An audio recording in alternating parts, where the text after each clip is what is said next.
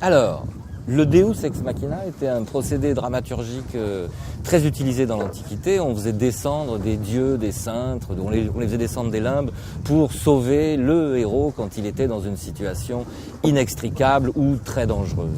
Donc c'est un procédé qu'on retrouve au Moyen-Âge. Dans les mystères du Moyen-Âge, on fait descendre des saints. Et puis plus tard, chez Molière, c'est le roi ou le prince qui vient sauver le héros, généralement les amoureux, à la fin du récit.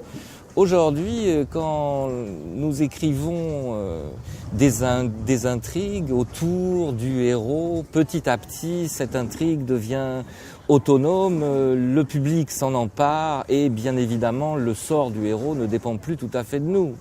Ça veut dire que si le héros ne va pas exactement dans la direction des fils du récit qui ont été tissés autour de lui, il nous devient de plus en plus difficile de le sauver, d'utiliser nous-mêmes un Deus ex machina pour rétablir un ordre des choses dont le public ne voudrait pas forcément.